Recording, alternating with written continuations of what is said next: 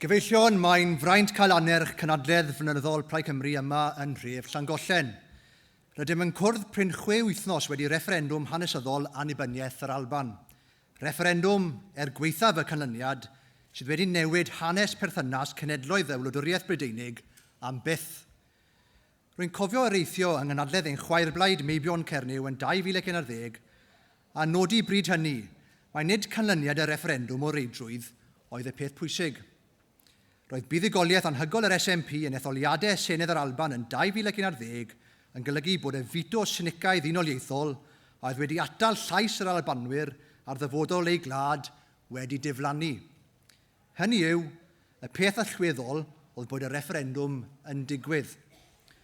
Am y tro cyntaf, roedd rhaid i'r elit gwleidyddol yn San Steffan esbonio pam roeddent yn meddwl mai nhw a nid pobl yr Alban y dylai reoli gwlad y dewr.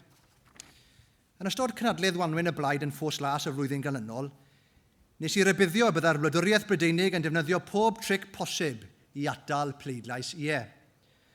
Cafwyd un o'r ymgyrchoedd mwyaf negyddol posib gan y sefydliad gwleidyddol, gyda'r enw agored Project Fear. Defnyddiwyd pob math o propaganda gyda holl adnoddau'r wladwriaeth yn cael ei ddefnyddio i godi ofn ar bobl yr Alban, yn enwedig pobl oedrannus. Rwy'n credu bod profiad yr Alban yn dangos y math o rymodd gwleidyddol sydd yn ein herio fel mudiadau cenedlaethol. Yr unig peth sydd o'n plaid yw bod dehead pobl am ryddid yn y pedraw yn curo pob gormes. Mae referendwm yr Alban wedi dangos pa mor ddisylwedd yw gwleidyddiaeth y pleidau unoliaethol. Mater o amser yw i bellach nes bydd yr Alban yn wlad annibynnol, a'n dyletswydd a'n cyfrifoldeb ni yw sicrhau bod Cymru mewn safle yw hefelychu. Cyn dadansoddi canlyniad y referendwm, hoffwn ddiolch o galon ar ran yr ymgyrchiau i'r canodd o aelodau'r blaid a deithiodd i'r Alban i ymgyrchu dros ryddid ein cefndryd Celtaidd. Bues i'n ymgyrchu yn bennaf yn Glasgow, bron i 10 ers i mi ymweld â'r ddinas anhygoel honno ar gyfer is-etholiad Glasgow Cathcart. Rwy'n credu trwy hap a damwen pyr i fi aros yn yr un gwesti, ond mae honno yn stori arall. Nes i ymgyrchu yn rai o ardaloedd trotaf y ddinas, lle mae disgwyliad oes dynion yn y 50au canol, yr isaf yn y Wladwriaeth Brydeinig. Roedd yn un o'r profiadau gwleidyddol mwyaf anhygoel fy mywyd, rhywbeth a fydd yn ysbrydoliaeth i mi am weddill fy oes. Ymchwedd gwleidyddol go iawn gyda unigolion oedd wedi hen ddatgysylltu o wleidyddiaeth arferol yn gweld y referendwm fel cyfle i neilltuo'r hen drefn bwdr yn San Steffan a chreu math newydd o wleidyddiaeth wedi selio ar gyfiawnder cymdeithasol a thegwch economaidd. Mae'r athrylydd gwleidyddol a chyfrwyddwr etholiadau'r SNP a fy nghyd aelod seneddol Angus Robertson wedi gofyn i mi ddatgan ar ei ran neu ddiolch ar ran ein cyfeillion yn yr Alban am ein hymrwymiad yw brwydr. I would like to express the deep gratitude of the SNP to our friends and allies in Plaid Cymru for your contribution to the Yes campaign. It was an inspiration for our activists and supporters to welcome so many comrades from Wales to our country to join in our fight for freedom. Your contribution proved to our fellow countrymen that the fight against a moribund Westminster system was one that united peoples from across the UK. Our parties have a proud shared history, and after we finish the job in Scotland, I'm confident that my fellow countrymen will be with you in Wales to assist you when your time comes. Gyfeillion, gweithaf y siom mae referendwm yr Alban wedi siglo'r Wladwriaeth Brydeinig uwchraidd, ond addewidion o fwy o bwerau ar noswyl y referendwm wnaeth achub y dydd. Ond fel y gwyddom, mae'r addewidion hynny wedi hen ddatgymalu yn barod. Mae awdur ar y ddined enwog a wneithbwyd i bobl yr Alban, Gordon Brown, bellach wedi cychwyn deiseb yn mynnu bod yr addewidion wnaeth ef i bobl yr Alban yn cael ei gadw. Rhaid dweud, mae ond llawn dwrn o weithiau rwyf wedi gweld y cyn-brifynidog yn hir cyffredin ers i mi gael fy ethol. A tybia fod fallai wedi sylweddoli, mae nid achubwr yr undeb fydd ei fedd argraff, ond y dyn wnaeth ddinistrio'r blaid lafur yn yr Alban unwaith ac am byth. Dyna beth yw tynged heddiannol llafur am y modd wnaethon nhw ochri gyda'r blaid geidwadol a'r fater gwleidyddol diffiniedig ein oes. Portreadwyd yr addewid gan y wasg fel Difo Max, nid oes unrhyw fwriad gan y pleidiau uniolaethol ildio holl bwerau San Steffan heblaw am amddiffyn a pholisi tramor. Beth bynnag sy'n cael ei gynnig i'r Alban, bydd yn siom i'r 1.6 miliwn aeth bleidleisio dros annibyniaeth, yn ogystal â'r canoedd ar filoedd yn ôl y polau a newidiodd ei meddwl ar y funud olaf, o bosib ar sail a ddewid o hunanlywodraeth llawn o fewn yr undeb. Mae tynged llafur yn yr Alban yn wylo'r blaid geidwadol, ac mae'r polau piniwn yn dangos bod yr SNP ar fi'n ennill nifer o seddi San Steffan llafur. Fe fydd y Senedd nesaf felly yn cael ei dominyddu gan ddadlau cyfansoddiadol, ac mae'n hanfodol, os nad yw Cymru am gael ei hesgeluso unwaith eto, bod carfan gryf o aelodau seneddol Plaid Cymru yn cael ei ethol ym mis Mai i amddiffyn buddiannau ein gwlad. Does dim pwynt edrych i'r pleidiau uniolaethol. Yr unig beth maen nhw'n becso amdano yw eu diddordebau personol. Nid yw lles, anghenion a dyheadau pobl Cymru yn ystyriaeth iddynt. Llynedd yn ein Gynhadledd fe wnes i amlinellu'n fras gwaith ymchwil manwl y Comisiwn Silc, ac roedd yn dangos bod pobl Cymru am weld y cynulliad cenedlaethol yn gyfrifol am bob maes polisi heblaw am amddiffyn a pholisi tramor. Yn sgil y referendwm yn yr Alban, comisiynodd y BBC bôl gan ICM yn dangos bellach bod mwyafrif clir o bobl Cymru eisiau mwy o bwerau i Gymru.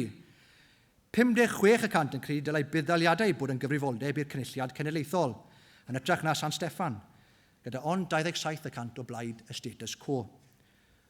Bod 60% o blaid datganoli cyfiawnder troseddol, ac ond 28% yn erbyn. 46% o blaid datganoli treth incwm, a 37% yn erbyn. Felly mae symudiad mawr arall wedi bod mewn prin blwyddyn o ran cefnogaeth pobl Cymru i rymuso ein sefydliadau democrataidd. Fel wnes i amlinellu yn ystod trafodaethau diweddar tir cyffredin ar ddeddf Cymru, effaith referendwm yr Alban yw symud barn pobl Cymru a drafodaeth cyfansoddiadol tu hwnt i gynnwys y ddeddf ac argymellion y Comisiwn Silc.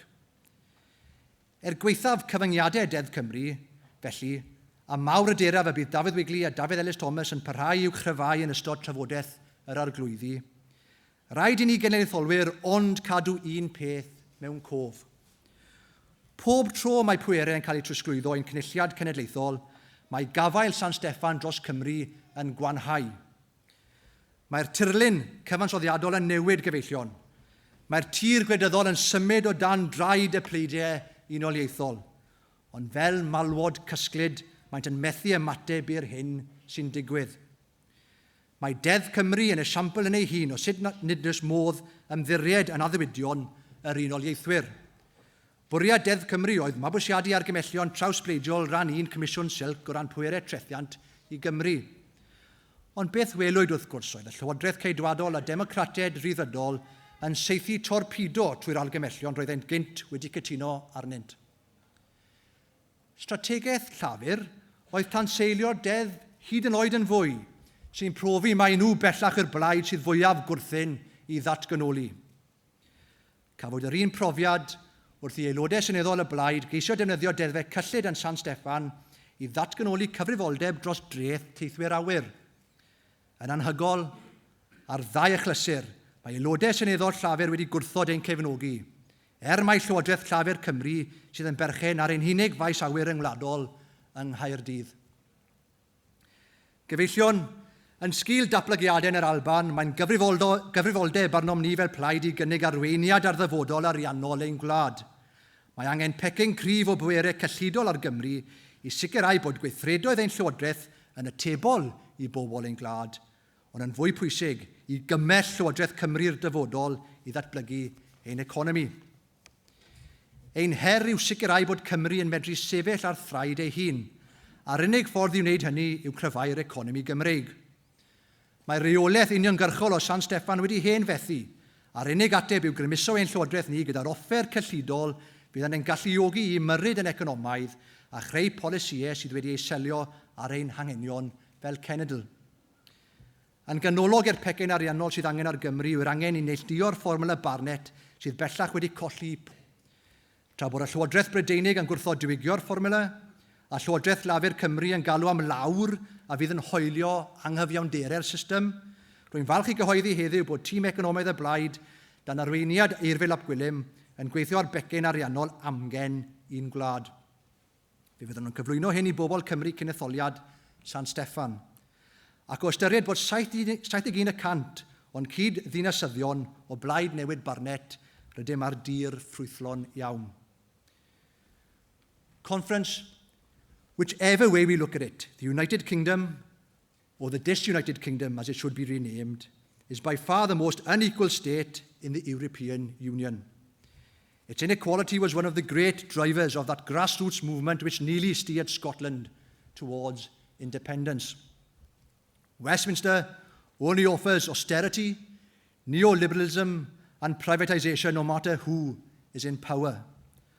All three Westminster parties are signed up to a strategy that radically redefines the role of the state, where the public sector's influence is reduced to a bare minimum. One of the great galvanising factors of the Yes campaign was the desire to protect public services, and especially the health service. The Welsh Health Service also faces pressures from the pro-privatisation agenda in Westminster. Due to the way Welsh taxpayers' money is reallocated to Wales by the Treasury, spending decisions for the departments in England impact upon policy decisions in Wales. Health managers in England are openly discussing nightly charges of £75 for those unfortunate enough to have to stay in hospital. The Welsh Health Service is under threat, therefore, from the political priorities of Westminster. Let no one be in any doubt that the current constitutional settlement does not protect the Welsh Health Service. Greater Welsh political autonomy is the only way to protect our health service from Westminster. Also central to the growing aspirations of the people of Scotland and Wales has been a rapid increase in individual and geographical wealth inequalities within the UK. 9 of the 10 poorest regions in Northern Europe are in the UK. The UK also homes the richest, in London. This inequality is profound. London is in effect a city-state that hoovers resources, investment and wealth from other parts of the British state. The Westminster parties are in complete subservience to the financial sector in London, and economic policy seems to be based on inflating house prices and consumer debt, regardless of who is in government. Despite the mayhem caused by the financial crash, what we have seen since 2008 is a return to business as usual. It's incredible that all 3 Westminster parties are signed up to a plan by the new Governor of the Bank of England to inflate banking assets to 9 times the size of the UK economy. They were 550% at the time of the crash. Despite the heady promises of geographical and sectoral economic rebalancing, unsurprisingly, there has been little progress. Westminster hasn't worked for Wales, Scotland and the English regions outside the South East for a long time. Central to our Westminster Manifesto will be a dedicated programme to reduce wealth inequalities within the British state at both an individual and geographical level. As I said last year, for as long as the Party of Wales sends representatives to Westminster, we will be a reformist force. Unlike Labour, Lib Dem and Tory MPs, we don't go down there to protect the interests of the super rich and big business. The election will undoubtedly result in a hung parliament once again. For the first past the post system to produce definitive results, there needs to be 2 conditions. Firstly, an election with only 2 competitors, like in the United States, or parties that stand on different contrasting platforms. Given that Labour has morphed into the Tories, and the Lib Dems are eviscerated by years in coalition, there is no real difference between the Westminster parties. With the Lib Dems heading for oblivion, it is likely that the Plaid Cymru SNP Green Group will hold the balance of power. Let me spell out what our priorities will be during the course of the next Parliament. We will continue to demand that Wales gets a fair share of infrastructure investment, ending the disgraceful manner in which the Treasury label England-only projects as UK-wide developments, thus depriving our country billions of pounds worth of investment. HS2 is projected to cost near £80 billion by independent economists. The Tories have pledged a HS3 railway for Northern England at an initial cost of £7 billion. There are demands to extend Crossrail 1 from London to the home counties, with others in London arguing for Crossrail 2 at a cost of £15 billion. There are advanced plans for an underground inner orbital road for London at a cost of £30 billion. Boris Johnson is calling for £1.3 trillion worth of infrastructure investment in London to cope with the extra demand created by HS2. At the same time, Wales is one of only 3 countries on the whole of the European continent without a single mile of electrified rail line. Where Welsh taxpayers' money is being spent on these projects, we should be receiving our fair share. We will demand a Treasury protocol which ensures that Welsh taxpayers no longer subsidise infrastructure investment in England without a corresponding share for our communities. We will not support plans to spend £100 billion on a new nuclear weapon system, with money invested instead in protecting public services across the UK. We will ensure that any new powers offered to Scotland are also made available to Wales. We will insist that the Welsh Constitution is devolved, so that power over the political destiny of our country rests in the hands of the people of Wales and not in the feathered nest of Westminster.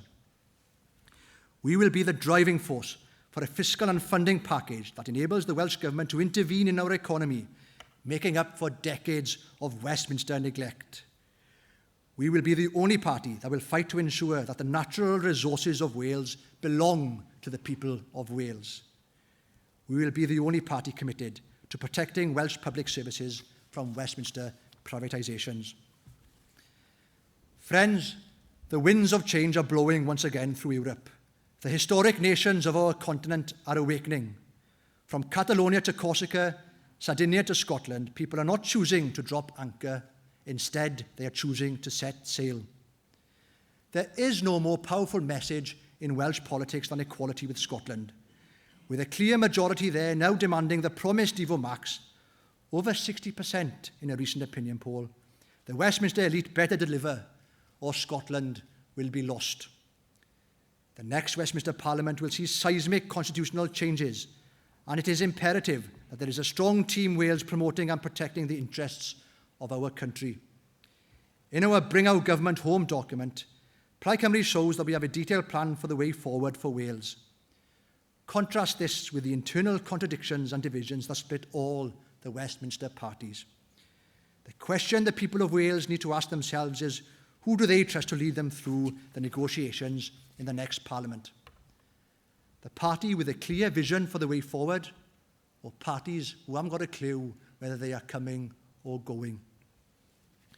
My message to our political opponents is this: no longer will you hold back the aspirations of the people of Wales.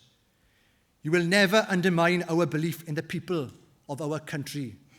You will never destroy our determination to build a more just and prosperous economy. You will never crush the dream of political freedom for Wales. Our message to the people of Wales is this: ultimately, as a country, we have a defining choice. The Westminster elite have failed us for far too long. As the example of Scotland shows, the only way Westminster will ever take notice of Wales is if the people of our country support Plaid Cymru. Gyfeillion, as we campaign for the forthcoming general election, our job is to persuade our fellow citizens of this simple truism: Westminster is for the establishment elite. Wales can be ours. Diolch yn fawr iawn.